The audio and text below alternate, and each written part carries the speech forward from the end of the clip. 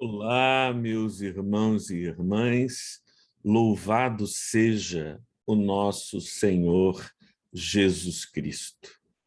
No Evangelho de hoje, que é o de Marcos, capítulo 7, versículos de 9 a 23, nós encontramos Jesus sendo abordado por escribas e fariseus que vêm da região de Jerusalém, para indagá-lo, a ele que pregava nos arredores da Galileia, sobre o fato de seus discípulos comerem com as mãos impuras, ou seja, sem que tenham lavado as mãos. Porque os anciãos de Israel haviam estabelecido várias regras, entre elas esta de não comer sem antes lavar as mãos, não entrar em casa sem lavar os pés, não se deitar sem lavar a cama pelo menos uma vez por semana. E estes costumes, estas recomendações, estes preceitos dos anciãos de Israel eram observados tanto por fariseus quanto por saduceus e de diferentes grupos religiosos. Estes chegaram e indagaram a Jesus acerca da inobservância desta recomendação dos anciãos. Jesus, como acontece às vezes, é duro com eles e lhes diz: hipócritas, bem profetizou Isaías a respeito de vocês. Este povo louva-me com os lábios, mas o seu coração está longe de mim. Abandonaram o mandamento de Deus e seguem preceitos humanos. E aí Jesus levanta uma questão, que é o fato de que estes mesmos anciãos de Israel haviam estabelecido que, se em vida alguém doasse tudo quanto tem ao templo, ao Senhor, este estaria desobrigado a qualquer compromisso com os seus pais, por exemplo. Se o pai ou a mãe viessem lhe pedir alguma ajuda, eles poderiam alegar terem feito o corban, ou seja, esta oferta em vida de tudo quanto possuíam a Deus, e assim estariam justificados de dizer aos seus pais: eu não tenho nada para lhes ajudar, porque já ofereci tudo a Deus. E Jesus diz: com esta prática, vocês ignoram o mandamento de Deus, que é o mandamento de honrar pai e mãe, de cuidar dos seus pais. Percebem? A hipocrisia deles tinha a ver com o fato de que eles valorizavam tanto os preceitos firmados pelos homens que esqueciam os mandamentos divinos. E aí Jesus diz algo que é o ponto sobre o qual eu gostaria de lhe convidar a refletir. Jesus diz que o que contamina o homem não é aquilo que entra pela boca, mas aquilo que sai da boca, isto sim contamina o homem. Você deve lembrar que eles estavam questionando Jesus pelo fato dos discípulos não lavarem as mãos antes de comer. E Jesus diz: olha, o que contamina o homem não é o que ele come, não é o que entra na boca, mas o que sai da boca. E ele diz mais, porque o que sai da boca procede do coração.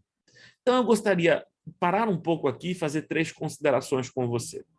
Em primeiro lugar, o princípio estabelecido pelos anciãos de lavar pratos, copos, lavar as mãos antes de comer, é um princípio válido, é uma prática interessante, importante, recomendável, muito mais agora em tempos de pandemia. O problema não era este. O problema é que eles estabeleceram tais comportamentos, tais condutas, tais preceitos. A palavra preceito é melhor do que a palavra princípio, porque eles prescrevem um comportamento. Então, eles estabeleceram esses preceitos e, munidos deles, eles passaram a julgar todo mundo que não se comportava tal qual eles haviam determinado que seria bom se comportar. Esse é um problema que acontecia naquela época e acontece hoje. Num livro muito interessante chamado A Genealogia da Moral, Friedrich Nietzsche estabelece exatamente isso. Se nós parássemos para pensar em qual é a origem da maioria das condutas, dos comportamentos, dos tabus que nós observamos reger a sociedade dos nossos dias, e se nós pudéssemos retroceder até a origem destes valores, destes comportamentos, nós descobriríamos que no momento alfa de tudo isso, nada mais tínhamos do que a vontade de alguém, de modo arbitrário, o que pareceu melhor a um determinado indivíduo, e esse indivíduo decidiu que era interessante se comportar deste modo, outros observavam este mesmo modo de conduta, e isso foi se cristalizando com o tempo. É impressionante perceber como as pessoas são julgadas, condenadas a partir desses preceitos. E os indivíduos que, com todo esforço, imagino, e muitas vezes até hipocritamente, porque eles aparentam seguir tais preceitos, quando na verdade não os seguem, apenas lançam sobre os outros, foi isso que Jesus denunciou, né?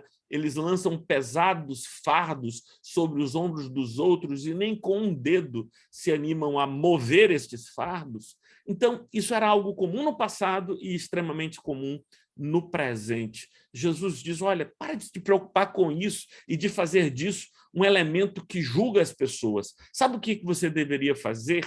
Ocupar toda a sua atenção? Olhe para o seu próprio coração. Porque se todos nós olhássemos para os nossos próprios corações, nós perceberíamos que eles estão inundados de males que precisam ser tratados. Jesus chega a enumerar alguns, e aqui não há que se pensar que seja um rol taxativo, ele apenas exemplifica. Ele diz assim, o que sai da pessoa é o que contamina, versículo 21 do capítulo 7. Porque de dentro do coração das pessoas é que procedem os maus pensamentos, as imoralidades sexuais, os furtos, os homicídios, os adultérios, a avareza, as maldades, o engano, a libertinagem, a inveja, a blasfêmia, o orgulho, a falta de juízo. Todos estes males vêm de dentro e contaminam as pessoas. Muito interessante. Jesus diz que o que nós deveríamos fazer, ao invés de abrir os olhos para julgar os passantes, era exatamente como ele diz em outra passagem, ao invés de ver o cisco no olho do outro, deveríamos olhar para o nosso próprio olho e perceber que nele há uma trave, há um pedaço de madeira enorme. E o que Jesus nos convida a fazer agora é um movimento semelhante. Você que está indignado com fulana, com Beltrano, porque se comportam de modo inadequado, para um pouquinho, olha para o teu próprio coração e discerne a maldade que habita dentro dele.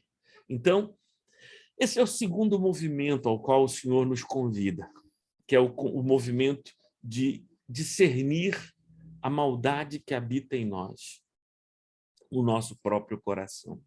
Tomar consciência de que nele há maus pensamentos, de que nele há imoralidade sexual, que nele há avareza, que nele há maldade, que nele há furtos e homicídios.